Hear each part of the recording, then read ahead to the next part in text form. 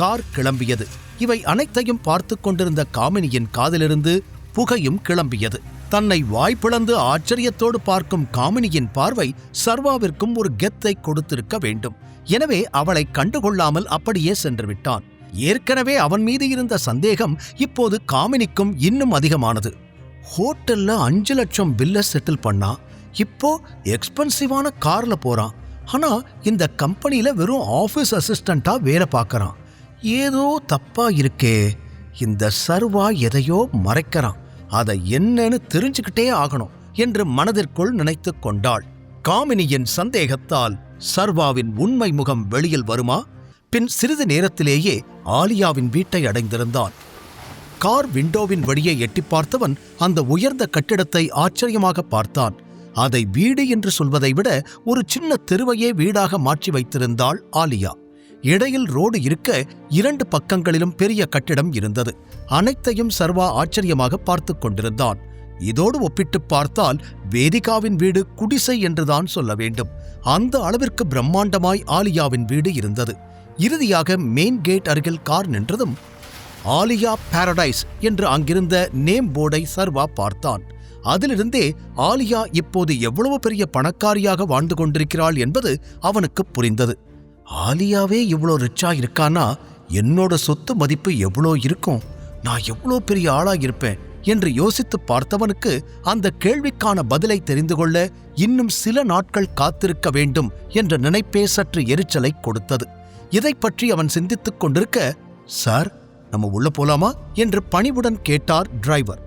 சரி என்று அவன் தலையாட்ட இறங்கி சர்வாவின் கார் கதவை திறந்துவிட்ட டிரைவர் அவனை உள்ளே அழைத்துச் சென்றார். வெளியிலிருந்து பார்த்ததை விட உள்ளிருந்து பார்க்க வீடு இன்னும் ஆடம்பரமாய் தெரிந்தது. மிகப்பெரிய வால் பெயிண்டிங்ஸ் வீடு முழுவதும் நிறைந்திருக்க அங்கிருந்த ஒவ்வொரு இடமும் ஆலியாவின் பணச்செழுமையை அப்பட்டமாக காட்டியது. சொர்க்கம் இப்படித்தான் இருக்கும் என்று கூறினால் சர்வா நிச்சயம் மறுக்க மாட்டான். அந்த அளவிற்கு அந்த வீட்டின் அழகு அவனை பிரமிக்க வைத்திருந்தது. அப்போது அங்கிருந்த ஒரு சின்ன ரூம் கதவு திறக்கப்பட்டு அதிலிருந்து 3 பெண்கள் வெளியில் வந்தனர். சர்வா அவர்களை பார்த்து கொண்டிருக்க டிரைவர் சர்வாவை அவர்களது பொறுப்பில் ஒப்படைத்துவிட்டு, நான் போயிட்டு வரேன் சார் என்று மீண்டும் தலை குனிந்து சொல்லிவிட்டு அங்கிருந்து செல்ல அந்த 3 பெண்களும் இப்போது சர்வாவிற்கு வணக்கம் வைத்தனர். அவனும் பதிலுக்கு வணக்கம் சொல்ல அவனை அழைத்து கொண்டு உள்ளே செல்ல ஆரம்பித்தனர். ஒரு பெண் முன்னால் நடக்க மீதி இருவரும் சர்வாவிற்கு பாடிகார்ட்ஸ் போல் பின்னால் நடந்தனர். இவை அனைத்துமே அவனுக்கு புதிதாக இருந்தாலும் பிடிக்கவும் செய்தது. சிறிது தூரம் அவனை அழைத்து வந்தவர்கள் லெஃப்ட் சைடு இருந்த ஒரு ரூம் கதவை திறந்தனர். திறந்து உள்ளே ஒரு நொடி எட்டி பார்த்துவிட்டு, சார், நீங்க உள்ள போகலாம் என்றதும் அவர்களை பார்த்து சிரித்த சர்வா அந்த அறை உள்ளே நுழைந்தான். நுழைந்ததும் அவன் பார்த்தது ஆலியாவைத்தான். அங்கு ஸ்லீவ்லெஸ் பர்பிள் கலர் வெஸ்டர்ன் டாப்பில் ஒரு லக்ஸுரியான சோஃபாவில் கையில் வைன் கிளாஸுடன் அமர்ந்திருந்தாள் ஆலியா. அவள் முகத்தில் ஒரு அதீத மகிழ்ச்சி தெரிந்தது. அதுவும் சர்வாவை பார்த்ததும் அந்த சிரிப்பு இன்னும் கூட அதிகமானது போல அவனே உணர்ந்தான். உடனே அவள், நீ ஏன் சர்வா இப்படி ஒரு முட்டாள்தனத்தை செஞ்ச என்று கேட்டாள். அவள் கேள்வியில் ஒரு மெல்லிய அதிருப்தி தெரிந்தது. சர்வா அதற்கு பதில் சொல்லும் முன் அவள் எழுந்து சென்று அவனுக்கும் ஒரு கிளாஸில் வைனை ஊற்றி அவனிடம் நீட்டினாள். உலகத்துல எவ்வளவோ பொண்ணுங்க இருந்தும் நீ ஏன் அந்த வேதிகாவை கல்யாணம் பண்ண என்று நிஜமான கடுப்புடன் ஆலியா கேட்க, ஏன் அப்படி சொல்ற, வேதிகாவுக்கு என்ன குறைச்சல் என்று கேட்டான். சர்வா, நீ டைகர். உன்னோட ஸ்டேட்டஸ் முன்னாடி அந்த வேதிகா எல்லாம் ஒண்ணுமே இல்ல. அண்டர் கிரவுண்ட ஆளப் போற டைகருக்கு ஆட்டுக்குட்டி ஜோடியா? உனக்கு வைஃபா இருக்கிற தகுதி அவளுக்கு இல்ல என்று சொல்லி ஸ்மைல் செய்தவள் வைன் கிளாஸை அவன் கையில் கொடுத்துவிட்டு மெதுவாக அன்ன நடை போட்டு நடந்து மீண்டும் தன் சோஃபாவிற்கு சென்று அமர்ந்தாள். சர்வாவும் அவளைத்தான் இமைக்காமல் பார்த்து கொண்டிருந்தான். ஆலியா மிகவும் அழகாக இருந்தாள். சர்வா எவ்வளவு முயன்றாலும் அவள் மீது வைத்த பார்வையை விலக்க முடியவில்லை. அத்தனை வசீகரமானவள். பிறகு ஆலியாவின் கேள்விக்கு பதில் சொன்னான் சர்வா. நான் யார கல்யாணம் பண்ணிக்கிட்டேங்கிறத பத்தியெல்லாம் நீ கவலைப்பட தேவையில்லை நந்திதா. என்னோட வைஃபையும் லைஃபையும் நான் பார்த்துப்பேன். உன்னோட அக்கறைக்கு ரொம்ப நன்றி என்று சொன்னவன் வைனை குடிக்க ஆரம்பிக்க லேசாக சிரித்த ஆலியா, ஓஹோ, அப்படின்னா என்கிட்ட எல்லாத்தையும் மறைக்கலான்னு முடிவு பண்ணிட்டேன், கரெக்டா என்று அடுத்த கேள்வியை கேட்டாள். சர்வா இப்போது நிஜமாகவே புரியாமல் அவளை பார்க்க, என்கிட்ட ஒரு விஷயத்தை மறைச்சிட்டு உன்னால ஈஸியா கடந்து போயிட முடியும்னு நினைச்சியா? அப்படி நடக்க விடுவேனானா என்று அவள் கேட்டதும் சர்வாவின் பார்வை மாறியது. என்ன சொல்ற நீ என்று கேட்டான். என்ன சர்வா, எனக்கு எதுவுமே தெரியாதுன்னு நினைச்சிட்டியா? எல்லார் முன்னாடியும் அந்த குடும்பத்தோட ஒரு யூஸ்லெஸ் மாப்பிளையா எதுக்காக நீ உன்னை காட்டிக்கிற? அப்பதானே நீ டைகர்னு யாருக்கும் சந்தேகம் வராது. அது மட்டும் இல்லாம நீ மறைஞ்சிருக்கணும்னு நினைக்கிற வரைக்கும் அந்த இடம்தான் உனக்கு பாதுகாப்பா இருக்கும்னு நீ நினைக்கிற. அதுக்காகத்தானே இந்த கல்யாணம் எல்லாமே என்று அவள் கேட்டதும் இப்போது சர்வா நிஜமாகவே அதிர்ந்து போனான். உனக்கு எப்படி இதெல்லாம் தெரியும் என்று கேட்க அவனது ரியாக்ஷன்களை வைத்து தான் சரியாகத்தான் பேசுகிறோம் என்று புரிந்து கொண்ட ஆலியா சிரித்துவிட்டு, நான் சொடக்கு போட்டா இந்த உலகத்துல நான் தேடுற இன்ஃபர்மேஷன் எந்த மூலையில இருந்தாலும் அடுத்த நிமிஷமே அது என்கிட்ட வந்துடும்.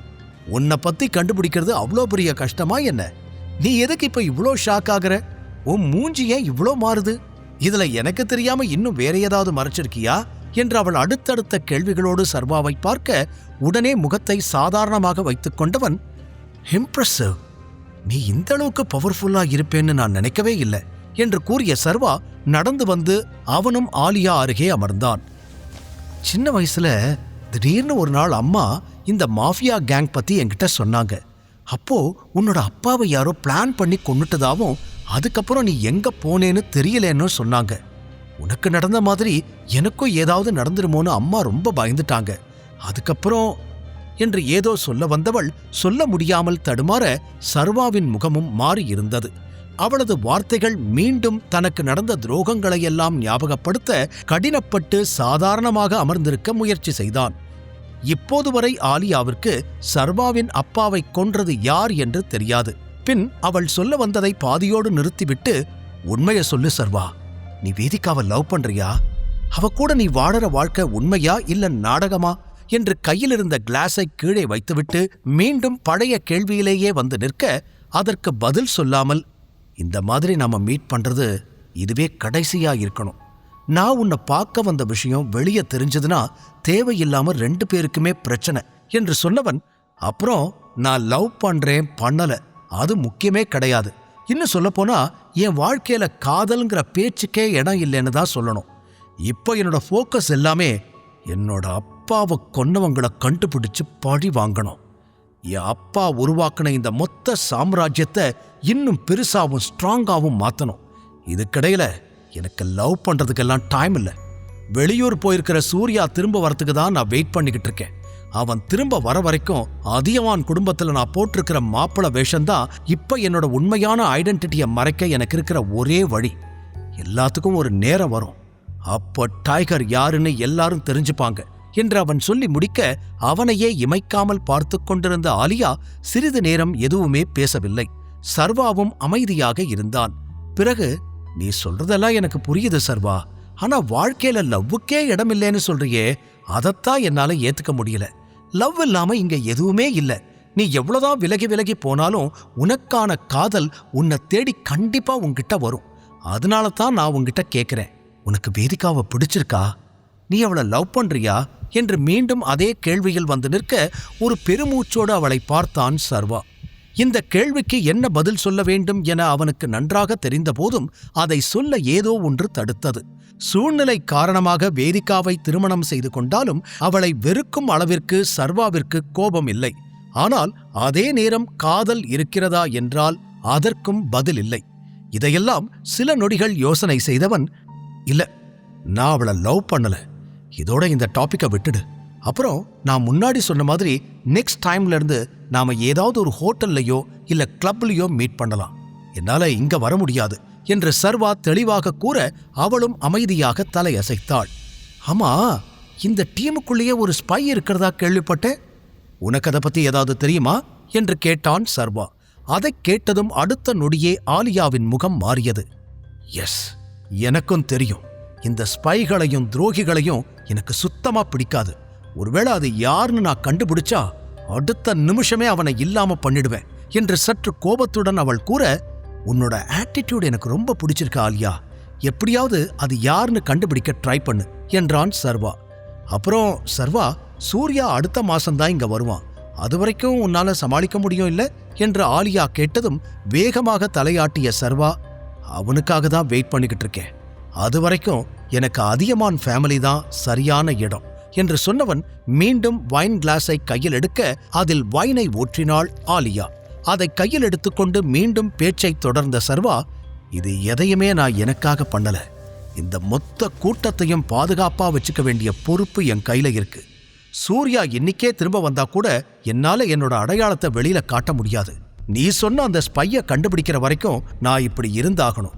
என் அப்பாவுக்கு நடந்தது எனக்கும் நடக்க நான் விடமாட்டேன் என்று சொன்னவன் கண்கள் கோபத்தில் சிவந்திருக்க, டென்ஷன் ஆகாத சர்வா, கொஞ்சம் பொறுமையாயிரு என்று ஏதோ சொல்லி ஆலியா அவன் கையை பிடிக்க வர அதற்குள் வேகமாக அந்த மொத்த வைனையும் குடித்து முடித்தவன் எதுவும் பேசாமல் எழுந்து வெளியே சென்றான். ஆலியா வெறுமனே அவன் செல்லும் திசையை பார்த்திருந்தாள். சர்வா நேராக வேதிகாவின் வீட்டிற்கு வர மணி 11க்கு மேல் ஆகியிருந்தது. அனைவரும் அவரவர் அறையில் அடைந்திருந்தனர். சாப்பிடுவதற்கு ஏதாவது இருக்கிறதா என்று சர்வா பார்க்க எதுவுமே இல்லை. வேலையாட்களை அழைக்கலாம் என்று முயற்சி செய்தான். ஆனால் யாருமே அவனை கண்டுகொள்ளவில்லை. இப்ப என்ன பண்றது? பேசாம நாமளே ஏதாவது சமைப்போமா என்று யோசனை செய்தவன் கிச்சனுக்குள் சென்றான்.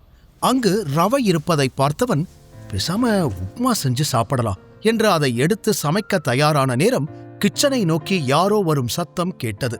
சர்வா திரும்பி பார்க்க கோபமாக அவனை முறைத்துக் கொண்டு அம்பிகா நின்றார். ஏன் கிச்சன்ல என்ன பண்ணிக்கிட்டு இருக்க? உன்னை யார் இங்க உள்ள விட்டது என்று கத்திக்கொண்டே அவனிடம் வர, இல்ல ஆண்டி, எனக்கு பசிக்குது, அதான் உப்மா செய்ய போறேன் என்று பொறுமையாக பதில் சொன்னான். அதெல்லாம் ஒன்னும் நீ செய்ய வேண்டாம்.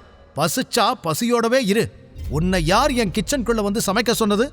இங்க சமைக்கிறதுக்கு உனக்கு எந்த உரிமையே இல்ல. முதல்ல வெளியே போ என்று அம்பிகா சிறிதும் இரக்கமில்லாமல் பேசினார்.